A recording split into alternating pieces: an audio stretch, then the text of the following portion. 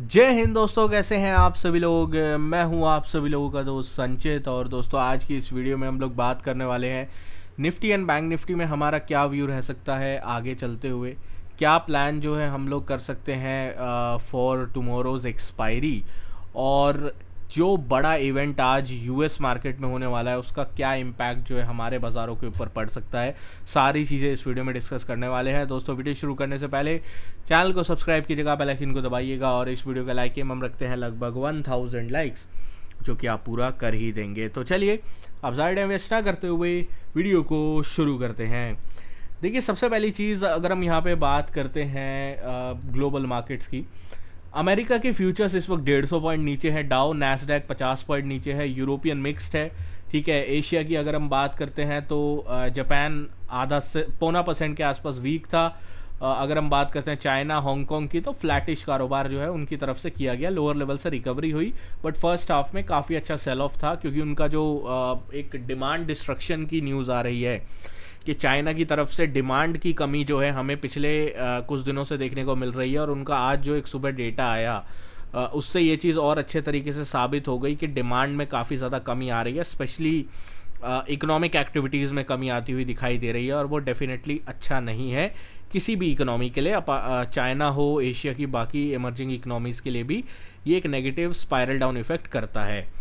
दूसरा जो रीज़न था जिसकी वजह से आज अमेरिकी फ्यूचर्स डाउन है, वो था कामला हैरिस और डोनाल्ड ट्रंप के बीच जो प्रेसिडेंशियल डिबेट हुई, वो जो है एक कारण बना। क्योंकि अगर आप इस वक्त बिटकॉइन देखें, $1000 से ज़्यादा नीचे बिटकॉइन है, लगभग 1.8% के आसपास नीचे है। तो इससे आप लोग क्लियर पता लगा सकते हैं कि मार्केट को क्या लगता है कि डिबेट के बाद जो कमला हैरिस हैं उनके पॉइंट्स थोड़े बड़े हैं और डोनाल्ड ट्रंप थोड़े पिछड़ते हुए दिखाई दिए हैं अकॉर्डिंग टू द मार्केट। और जो बेटिंग मार्केट है यूएस का, उसमें भी यही ऑड्स जो है वो दिखाई दे रहे हैं। तो इसी वजह से यूएस फ्यूचर्स भी थोड़े नेगेटिव हैं, क्योंकि जो डेमोक्रेट्स हैं, कमला हैरिस, उनका जो प्लान है वो प्लान है कि बड़े कॉरपोरेट्स के ऊपर कॉरपोरेट टैक्स को बढ़ाना। ठीक है, अब कॉर्पोरेट टैक्स बढ़ेगा तो शेयर मार्केट की जो कंपनीज़ है उनका क्लियर लगभग 10 से 12% अकॉर्डिंग टू गोल्डमैन सैक्स जो रेवेन्यू है उसमें ड्रॉप होगा। और अगर वो ड्रॉप होगा तो अर्निंग्स में भी लगभग इतना जो है हम लोगों को ड्रॉप देखने को मिलेगा, और वो अर्निंग्स का ड्रॉप शेयर प्राइस में भी हम लोगों को इन फ्यूचर्स देखने को मिल सकता है। तो हो सकता है डोनाल्ड ट्रंप की हार स्टॉक मार्केट में एक प्रॉफिट बुकिंग की ओर बाज़ार को लेके जाए। बट उससे भी बड़ा इवेंट हमारे पास आज है। तो ग्लोबल मार्केट्स में तो आज बहुत ज़्यादा इवेंट है, उससे ज़्यादा इवेंट हमारे पास जो आज होने वाला है वो है यूएस का सीपीआई डेटा। अब यूएस का इन्फ्लेशन नंबर जो है वो क्या कर सकता है।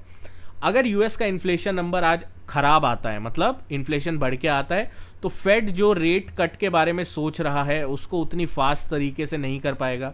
और अगर वो फास्ट तरीके से नहीं कर पाएगा तो इकोनॉमी के ऊपर प्रेशर बनता रहेगा। इकोनॉमी के ऊपर प्रेशर बनता रहेगा तो रिसेशन का फियर बढ़ता रहेगा। तो इस वक्त अगर आप देखो तो बहुत क्रिटिकल ये जॉब्स, ये इन्फ्लेशन नंबर है। अगर ये इन्फ्लेशन नंबर ख़राब आता है तो ओवरऑल चीज़ें जो है इकोनॉमिकली यूएस के लिए ख़राब हो सकती हैं, और बड़ा मूव जो है हम लोगों को 1 से 2 दिन में यूएस में, और उसके बाद उसका कैरी फॉरवर्ड इंडिया में आता हुआ दिखाई दे सकता है। तो इसके ऊपर आपको डेफिनेटली नज़र रखनी है। अब हमारे बाज़ारों में क्या हुआ आज के दिन, निफ्टी हायर लेवल से गिरा, बैंक निफ्टी भी हायर लेवल से एक बार के लिए गिरा, बट जो 51,000 का लेवल था वो मार्केट ने बचाने की कोशिश करी ड्यू टू एक्सपायरी। आज हमने फर्स्ट हाफ में एक बहुत अच्छा एक सेटअप जो है आप लोगों के साथ टेलीग्राम ग्रुप पे शेयर किया था। टेलीग्राम ग्रुप अभी तक आपने ज्वाइन नहीं किया, डिस्क्रिप्शन में लिंक है। 97,000 के आसपास मेंबर्स हैं, आप लोगों का बहुत ज़्यादा प्यार एंड सपोर्ट मिल रहा है। यहाँ पे मैंने 51,500 का एक सेटअप शेयर किया था आप लोगों के साथ, अराउंड 20 के आसपास, हाई अराउंड 80 के आसपास लगा, आई गेस 75-80 के आसपास। तो इट वाज अ डिसेंट जो सेटअप था आज के दिन हमें यहाँ पे देखने को मिला है। Do let me know if you worked with that setup.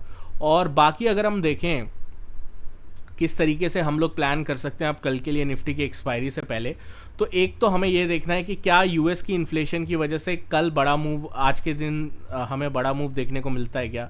अगर उस बड़े मूव की वजह से हम कोई बड़ा गैप अप या गैप डाउन करते हैं तो उसके बाद सिचुएशन डेफिनेटली चेंज होती है। तो हम लोग ब्रॉडर टाइम फ्रेम थोड़ा देखेंगे।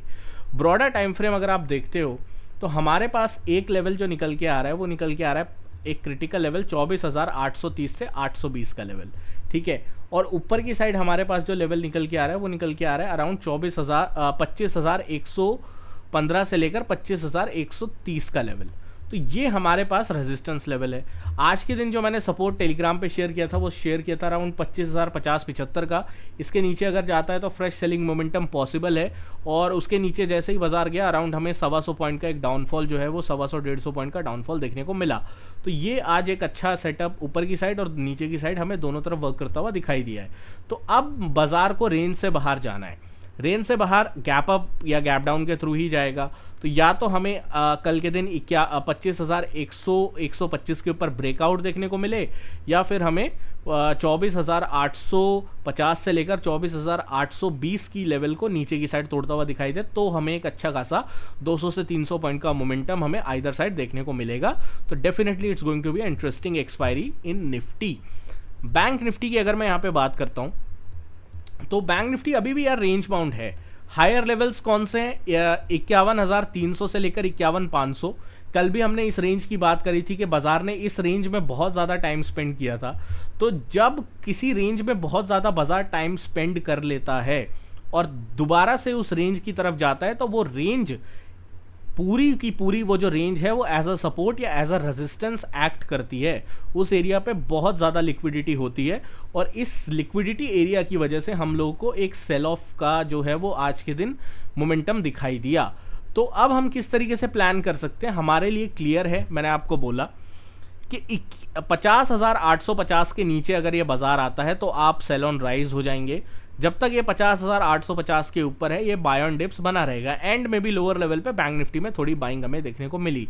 तो अगर 50,850 के नीचे बैंक निफ्टी आता है, सेल ऑन राइज नीचे की तरफ देखेंगे 50,300 50,550 की तरफ आएगा। और ऊपर की साइड अगर हमें 51,300 51,550 के ऊपर ब्रेकआउट देखने को मिलता है तो बड़ा ब्रेकआउट हमें ऊपर की साइड का देखने को मिलेगा। बट पिवट लेवल जो होगा वो 50,850 होगा। इसके ऊपर आप स्ट्रांग हैं, इसके नीचे आप वीक हैं। इस लेवल के ऊपर आपको ध्यान रखने की जरूरत है। दोस्तों आशा करता हूँ वीडियो पसंद आई होगी। वीडियो पसंद आए तो वीडियो को लाइक कीजिएगा। मिलता है आपसे अगली वीडियो में। Thank you so much for watching guys. जय हिंद, वंदे मातरम।